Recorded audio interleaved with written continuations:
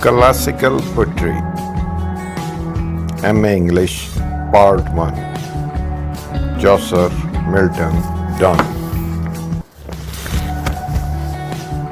Chaucer's Humanism. Humanism as a movement is the product of Renaissance in Europe. It stands for an explicit break with the most of the ideas upheld very clearly in the Middle Ages. Humanism emphasized the dignity of man. It considered this world as legitimate object of interest and love, and it tended to place reason above revelation. It stressed education for man as well as woman and held that the goal of education is a well-balanced individual with all his capabilities fully developed. The languages, literature, and thought of ancient Greek and Rome occupied a central position in the thinking of the humanists. It was so because the ideals of humanism were exemplified far better than did any other literature, philosophy, or theology. The humanity also tried to reform the church. The first paragraph ends here. The title of first paragraph, Humanism. Second paragraph, Human Nature. When we look at the poetical works of Chaucer, particularly his prologue to the Canterbury Tales, we find that he wrote to a great extent under the influence of humanism.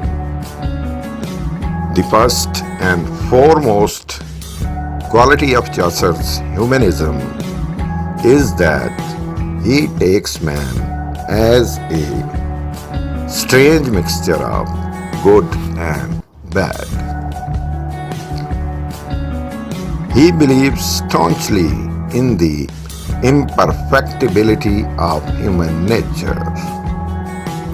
That is why he neither considers man wholly a saint nor completely a Satan. It is in this belief that his attitude to various characters is rather generous. He avoids being satirical on the blemishes of his characters. He supposes them weak beings rather humorously. He reveals that the ulterior motives of the church dignitaries quite overtly, but he does grant them a little concession for being materialist simply because the human nature cannot be expected to ignore the temptations of this world altogether.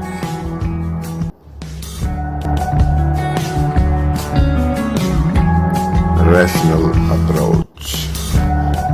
Another aspect of Chaucer's humanism is that almost all his characters look at life and its allied issues rather rationally. They are no longer spiritual in their approach. They would do things which measure up to their reason and the demands of the contemporary, which was tending to become secular. Even the religious characters are no longer religious.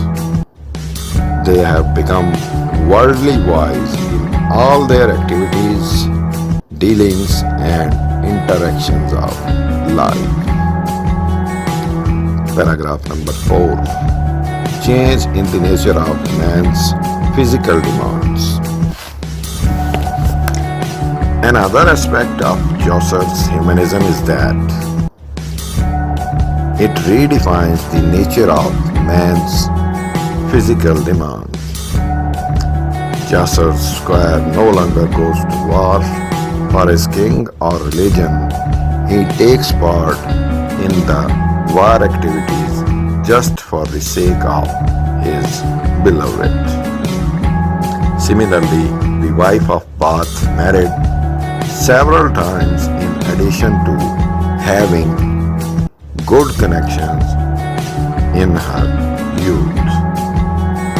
The prior does not mind hearing confessions from the young men and women, their sexual lapses, as long as they pay him enough money.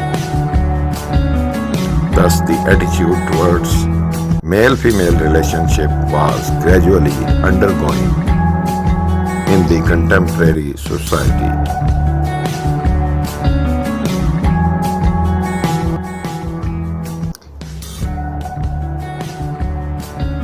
Chaucer's realistic approach to life. Paragraph 5. Another aspect of Chaucer's humanism is his realistic approach to life. He described men and matters of his contemporary society quite realistically. He does not know the art of exaggeration. His descriptions as well as portrayals of characters are logical, objective, and convincing. All his characters are true representatives of their class. Chaucer has realistically and graphically exposed the element of degeneration in the church. Whatever his characters do, believe in, and feel for is realistic. Paragraph number 6. Changed and better attitude towards female sex. Another feature of Chaucer's humanism is the changed and better attitude towards the female sex. Women folk seem to have greater freedom, say, and anticipation in the affairs of life.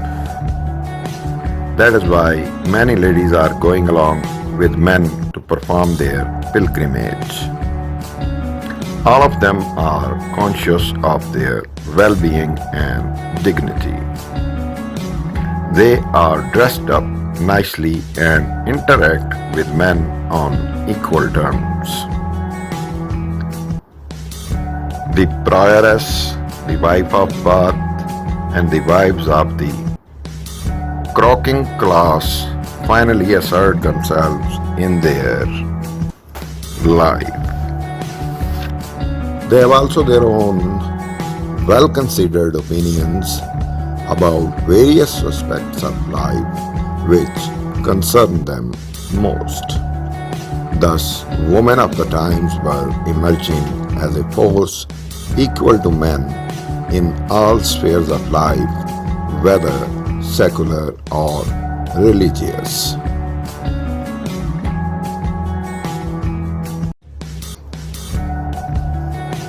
Chaucer's interest in variety of human beings. Para 7. Yet another characteristic of Chaucer's humanism is his keen interest in human beings, in their rich variety. Men and women, high and low, knight and squire, good and evil, monks and merchants, summoners and pardons, delicate prioress and sexy wife of Paul. All are there in one company. Thus, Chaucer was interested in all kinds of human beings. His interest in humanity is characterized by his wide sympathy for all sorts of people. He does not exclude anyone. Nor is he filled with disgust at the rogue whose trick he has detected. Moreover, Chaucer does not seem to have faith in the belief that mankind can be divided into two watertight compartments, the good and the bad. He knows that human character is highly complex and that good and bad qualities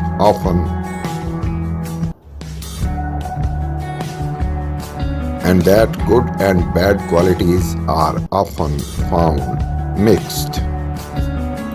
That is why he classes himself with average humanity and so finds himself in touch with the masses. Paragraph number 8. Chaucer, a court poet.